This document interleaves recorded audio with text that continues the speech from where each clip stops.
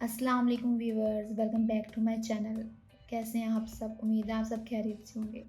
आज मैं आपके लिए लेके आई हूँ ब्लैक कॉफ़ी की रेसिपी। ब्लैक कॉफ़ी के बहुत से फ़ायदे हैं। जो लोग स्मार्ट होना चाहते हैं, स्लिम होना चाहते हैं, वो ब्लैक कॉफ़ी का इस्तेमाल कर सकते हैं डेली। ये आपको एक्टिव रखती है, आपको हेल्दी रखती है और सबसे इम्पोर्टेंट ये आपको स्लिम रखती है।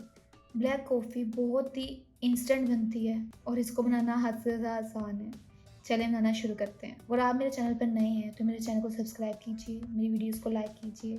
ब्लैक कॉफ़ी बनाने के लिए आप लेंगे 1 चम्मच सोल्यूबल कॉफ़ी। इसमें आप ऐड करेंगे उबलता हुआ गर्म पानी।